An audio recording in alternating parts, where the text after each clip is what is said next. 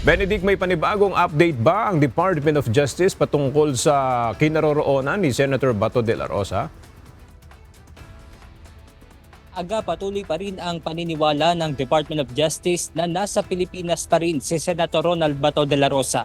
At ayon pa nga sa DOJ, may mga law enforcement na rin na nakabantay sa mga backdoor exit na posibleng pagdaanan nito palabas ng Pilipinas.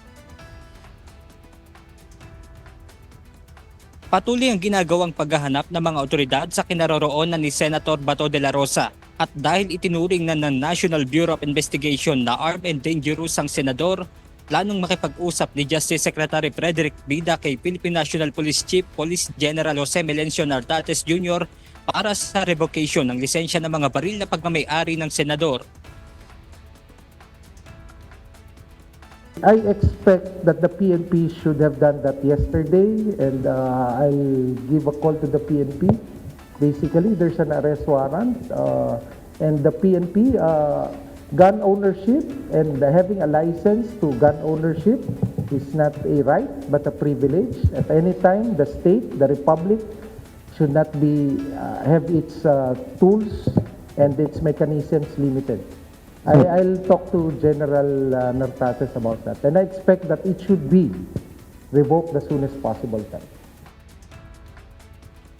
Samantala, magpapadala naman ng sulat ang Department of Justice sa Legal Counsel ni Senator Bato na si Attorney Jimmy Bondoc.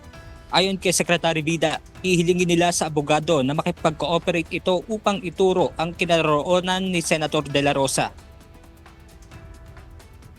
We will see liability. My position is the client lawyer privilege doesn't excuse him being an officer of the court, being a citizen of the Republic of the Philippines covered by the law, doesn't excuse him from cooperating or doesn't excuse him from committing crimes. Patuloy naman ang panawagan ni Secretary Bida kay Senator Bato bilang isang opisyal ng pamahalaan na sumuko na lamang. Kaya mo ng ating update mula rito sa Department of Justice sa Maynila. Balik sa inyo dyan, Aga. Maraming salamat, Benedict Samson.